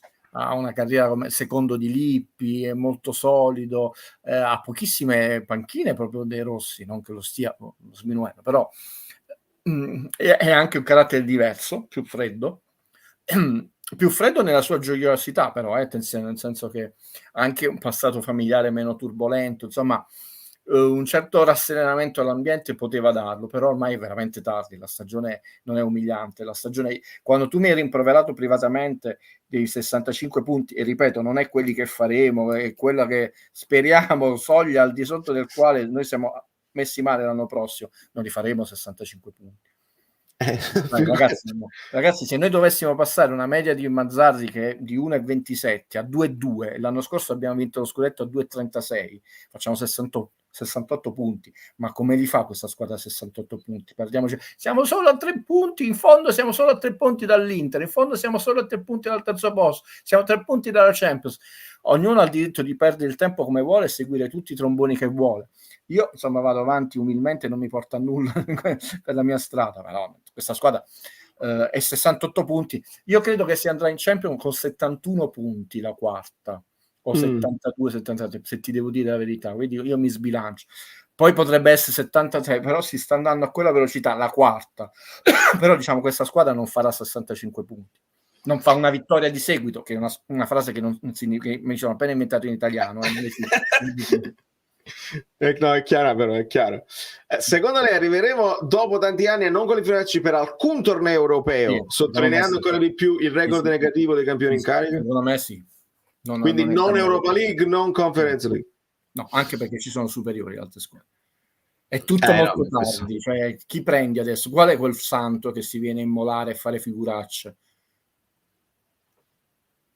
È il terzo allenatore. Bari ha preso Iachini, cioè il classico, quello che serve per non retrocedere, quindi è un segnale che tu non punti ad andare in Serie A anche passando per i playoff. D'altra parte. Quindi hanno avuto poi le dichiarazioni di facciata che uno può dare sono diverse, però è un allenatore per la stagione fredda, per dire, mettersi il cappotto, non per andare sul surf a cavalcare le onde. Massimo rispetto per ogni professionista, attenzione, ma sia poi qualcuno si offende, però ci sono personaggi più garibaldini, altri, ognuno ha anche la sua storia, la sua personalità. Guido, io ricordo che tu nella polemica Meret con Lini, che tu ci avevi detto non è quello il problema del Napoli. Non è vero. Quella che può sembrare un errore, la gente a volte è distratta. Tu dici le cappe, già hai risposto alle cappe. No, sì, pure io sembravo che avesse fatto una parata veramente goffa e invece un paratone, perché il tiro sta andando sul palo di sinistra. Prende questa parte della non proprio della schiena, dell'alto addome e devia da questa parte. Lui come istinto la prende male e quindi fa una parata in due tempi. Però la palla del tiro di Florenzi. La palla è indirizzata all'altro palo. Ha fatto un'uscita con i guanti, con i pugni, dove non è riuscito a prendere la palla, l'ha solo sbucciata e non è stata. Però lui sul gol, ragazzi, è tutta la squadra che ha fatto un buco. Lui si trova, siccome Gollini, poi uno non è che può criminalizzarlo, è un portiere che gioca un po' più alto rispetto a Menet, coinvolge la squadra, gioca molto sia con i piedi che con le mani, quindi non potete aspettarvi che lì che sta sulla linea di porta a guardare la partita. Buco enorme. Aspetta, devo vedere di mandartelo questo screenshot, così togliamo subito da mezzo questo.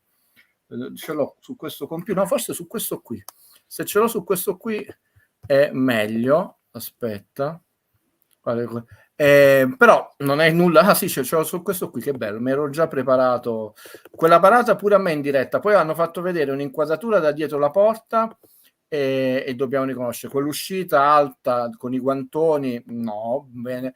E su gol, ragazzi, guardate il buco del Napoli. Prego, Valerio. Sì, la deviazione, sì. L'hai mandato? Sì, subito. Ok, lo non ha ragione Guido, che erano tutti e 4 alti.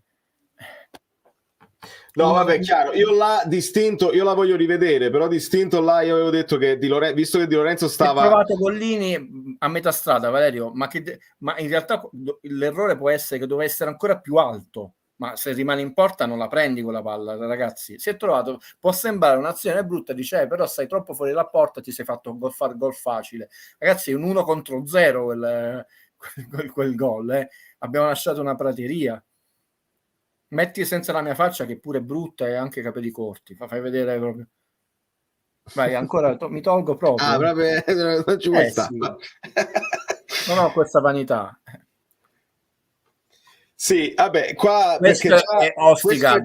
È già un passaggio. Valerio, tu hai la possibilità di con le frecce far vedere i vari giocatori e nominarli, così dice, fai vedere questo è Di Lorenzo, questo è Ostigard, questo è Rachman, e questo è il Lobo, che poi il Lobo è quello più alto, questo qui che poi quello che proverà ad andare a chiudere.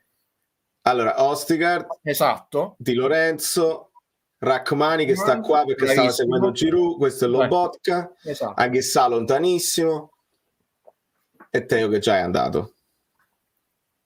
Qua c'è Juan Jesus. Manzocchi. Esatto. Sì, questa poi è già il momento del passaggio, che siamo perfettamente in linea, perché è tenuto in linea. Poi ha fatto un paio di parate abbastanza facili, ma non è che questa partita disastrosa. Tra l'altro abbiamo detto il Milan con il minimo indispensabile. Il primo tempo era la prima vera azione del Milan, oggettivamente. È vero, sì. E beh, infatti alla prima azione loro e poi ha avuto l'occasione Leao che poi la parata Gollini. Questo è successo nel primo tempo, secondo le mie cose. Guido, purtroppo io devo chiudere, te l'avevo detto che sono veloce oggi per questioni di Super Bowl americano. L'ultimo, visto che ne vorremmo approfondirlo e gli amici Bellini sanno che arriveranno delle live che vanno oltre la partita, oltre il post partita, e faremo degli appuntamenti specifici per delle sorprese che stiamo preparando. Giacomo ti chiede: è strano che un uomo di cinema come De Laurentiis non abbia capito questo, ma continua a dire che doveva costringerlo a rimanere. Puoi farmi, visto che allora scusate, molti parlano, fammi finire un attimo la premessa, no? Perché molti quando parlano di De Laurentiis conoscono solo il calcio e conoscono solo il De Laurentiis del calcio. Il nostro vantaggio è che Guido Gentile si occupa di cinema, quindi molto prima che De Laurentiis avesse da 30 anni, molto prima che De Laurentiis avesse l'idea di andare da Capri e prendere quei 28 milioni dalle banche, così lui già conosceva De Laurentiis, quindi possiamo andare nello specifico su come De Laurentiis vede in generale l'imprenditoria, perché ricordiamo che è un imprenditore e non un prenditore. Mi rendo conto che poi tanti colleghi non dobbiamo essere brevissimi, per Valerio devo andare, pure io mi vedrò il Super Bowl. Tra l'altro io sono tifoso dei San Francisco perché ero legato a John Montana. Mi dice, ma Guido, ma tutti sì, io sono Quando lui ha detto, per esempio, lì se ci fosse stato Guido in conferenza stampa, io ho curato la riedizione 40 anni, ha vinto contro i film americani, già non è un falso storico. Il film è uscito un solo giorno, poi siccome è andato abbastanza bene è uscito anche l'Epifania il 30 dicembre.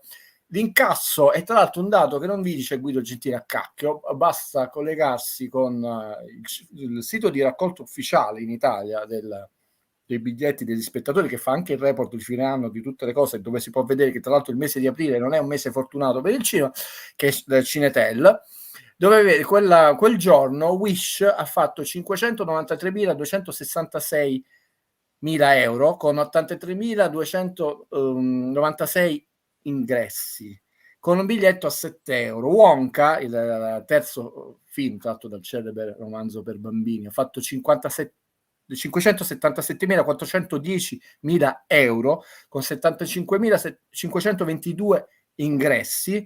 Vacanze di Natale al terzo posto, non al primo, caro De Laurentiis, con 482.052 e 51.018 ingressi. è superiore per incasso ma non per ingressi al quarto posto, come un po' uno squoglio, che ha fatto 418.155.000 euro e 56.706 ingressi, perché i biglietti in Exo di solito costano 10 euro. Vabbè, questa è una cretinata, per dire. Quindi non è che uno deve prendere sempre tutto per buono quello che dice ADL, per dire, soprattutto con i numeri. Il punto è che se voi studiate la storia, e risponde e lascia andare Valerio, questa cosa dei multicontratti lunghissimi, lui la porta dal cinema, ha sempre avuto, e non è vero che, insomma, basta trovare il digitale De Laurentiis, Neri Parenti, De Laurentiis Boldi, De Laurentiis e trovate invece le polemiche, nel senso, Boldi, io non vedevo l'ora di andare. Boldi subì una causa di De Laurentiis, gli ultimi 2 cinepanettoni Boldi li ha fatti costretti dal contratto, altrimenti avrebbe dovuto pagare penali enormi, e già c'erano dei scriccolii, andavano pure bene. Poi si è quindi questo è il collegamento, cioè questo è il ragionamento che fa De Laurentiis. Io ho costretto Boldi, che se ne voleva andare, a fare gli ultimi 2 film perché era sotto contratto, e sono andati anche abbastanza bene a livello di incassi. Questo è il ragionamento che fa De Laurentiis, senza traslarlo al calcio, perché il cinema è diverso dal calcio. Se tu trattieni un allenatore sulla panchina che non vuole più lavorare per qualsiasi motivo, perché è uno stronzo, perché ti odia, perché odia i napoletani, perché si è fatto il tatuaggio falso, perché è stanco, qualsiasi sia il motivo, non ti porta agli incassi che ti porta il cinema. Purtroppo è un argomento che dobbiamo sviscerare con molta pacatezza e precisione, è una delle poche volte dove posso esservi di aiuto. Poi io non capisco nulla di nulla, ma qua veramente un po' penso, proprio storicamente, per ricostruire anche l'andamento. Un altro falso storico, io non ho fallito nessun film, gli ultimi 4 cinepanettoni, perché poi si libera dal contratto anche Neri Parenti e non torna più a lavorare con De Laurentiis, come non sono tornati Ivanzina, come non è tornato De Sica, che aveva un contratto più lungo rispetto a quello di Boldi. Vabbè, quello. L'ultimo film, che è un film di montaggio, anche se l'attore si è appropriato della regia e ci fu una causa in corso ma persa, perché Neri Parenti tra l'altro in un'intervista dichiara un po' beffardamente: i contratti di De Laurentiis noi li dobbiamo andare a prendere con i camioncini, tanti pagine sono, e non si parlava ancora di cinema, ma in questi contratti poi gli avvocati non riuscivano a far nulla, perché diciamo lui si era mantenuto anche diritti di immagini, insomma ogni comprensivi, e quindi fu un gesto poco carino, nel senso che quelli erano tagli di montaggio con la regia di un altro regista che tu hai rimontato là. E quel film non fece 400.000 euro di incasso, non possiamo parlare, è l'ultimo suo cinepanettone, poi ha fatto solo 3 film di Carlo Verdone, di cui l'ultimo, anche perché c'era il Covid, passato direttamente su Amazon, e gli ultimi 2 sono serie TV, una tra l'altro l'ultima su Paramount Plus. Però diciamo un discorso complesso. Il punto è che voi lo guardate dal punto di vista sbagliato, perché lo guardate da chi, come collega, analizza il calcio anche con una certa sudditanza, è la sua idea, quindi non è che non se l'è accorta. Ma la domanda che io vi pongo, salutando Valerio, ma prima le amiche Ballini e gli amici Bellini, e non dimentico gli olivicoltori, ok, l'avrebbe costretto a rimanere, sarebbe rimasto, ma lo stesso poi dovevamo rifare una rifondazione. Saremmo rimasti con un allenatore che aveva dichiarato la sua scontentezza, eccetera eccetera eccetera, e c'è questa la nuova era, cioè costringere un allenatore piuttosto che separarsi in maniera conciliante, addirittura avere anche dei consigli su quali sono le operazioni, quali sarebbero dovute essere. A questo punto dobbiamo usare un altro tempo, le operazioni necessarie per non avere una stagione deludente o difficile. Secondo me sarebbe stato più saggio, ho detto ok, ci vogliamo andare, mi stai causando un danno, casomai fai come aggiunti, non ti do il premio scudetto, cioè, però mi aiuti a indichi al tuo successore quali sono i punti nevralgici dove intervenire. Ok, il suo errore è quello che lo doveva costringere, e questa era la, diciamo, la base della verità. La base su cui costruire un'ottima stagione e fondamenti per la prossima. Secondo me era una base molto debole, però dobbiamo salutare Valerio. Però ragazzi, è un argomento molto delicato. Io col sorriso l'altra volta mi sono preso un termine che non mi appartiene nella vita, sciacallo, che è anche figlio di una narrazione ovviamente distorta e superficiale. siccome non possiamo essere approfonditi, Valerio e io questa sera, ma non perché non vi vogliamo bene, per anche questioni di raggiunti limiti di falli quando viene poi alla fine sì, perché poi dobbiamo parlare di questo stupido cartellino blu, ci sono tanti parleremo, sì, Valerio, io ti ringrazio, lo so, la serata è difficile, per l'ennesima sconfitta, l'8ª, no? Stagione, la 5ª di Mazzarri, ma io dico, la moglie di Kobe Bryant ha fatto scrivere questa frase, me la sono appuntata, ma se la sbaglio, e mi voglio lasciare con questa frase che secondo me racchiude un senso epico dello sport: lascia il gioco meglio di come l'hai trovato. E quando avrai sentito il momento di andartela, lascia una leggenda. De Laurentiis, ricorda, nello sport ci sono giocatori di passaggio, presidenti di passaggio e ci sono le leggende, ma la cosa importante, anche senza non diventare una leggenda, di lasciare il gioco meglio di come uno l'ha trovato. Buonanotte a tutti. Guido Gentile, bellissimo, e questo poi aiuta quando si ha un attimo la mente un po' più aperta e non siamo solo focalizzati su un solo sport, su una sola squadra, aiuta poi ad avere una visione un po' più ampia. Signori, vi abbraccio tutti, i like li lasciate alla fine perché li lasciate. Ho capito, Giacomo, non ho potuto approfondire perché è colpa mia che non ho tempo. Questa è l'affermazione che dicevi tu di De Laurentiis, da relazionare al fatto che Spalletti con il Napoli e il parallelismo di Invictus di Clint Eastwood è tutto, vedo Guido che annuisce, è proprio così. E chiudiamo con questa cosa: Osimhen ha perso pure la finale, arriverà con un entusiasmo, faremo il filotto sicuramente. Vi ripeto la speranza, perché oramai ci aggrappiamo alla speranza, che Osimhen non abbia una squadra, quindi farà il pazzo, magari con un po' di egoismo, ma magari qualche gol lo fa, speriamo bene.